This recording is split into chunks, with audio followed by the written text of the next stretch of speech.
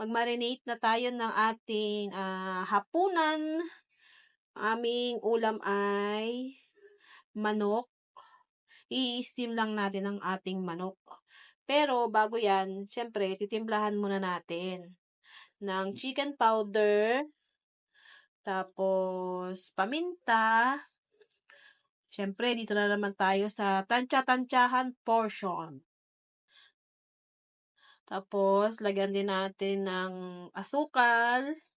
Tansya-tansya lang yan ha, tansya. Tapos, lagyan natin ng oyster sauce. Konti lang kasi meron na siyang chicken powder. Tapos, konting cornstarch para pag minix natin siya, mag-combine lahat no ating marinate sa manok para dumikit lahat. Tapos, syempre, haluin na natin. Huwag na natin patagalin yan. I-steam lang natin tong chicken. Mahilig sila sa dito, steam. Tapos, ito yung ibang kasama ng ating steam chicken. Ito ay gabi. Yan, ilalagay natin ang gabi. Salasa natin yan silang lahat.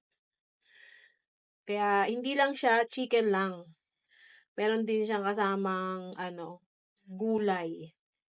Hindi ko nilahat yung gabi sa ilalim para ilagay natin siya sa ibabaw mamaya. Tapos, ngayon naman ay ang chicken.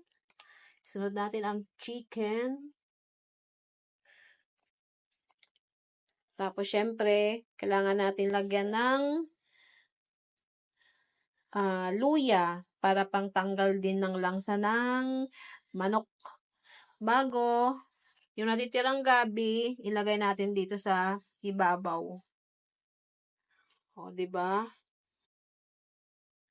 At ang pangpinaling ilalagay natin ay itong tengang daga.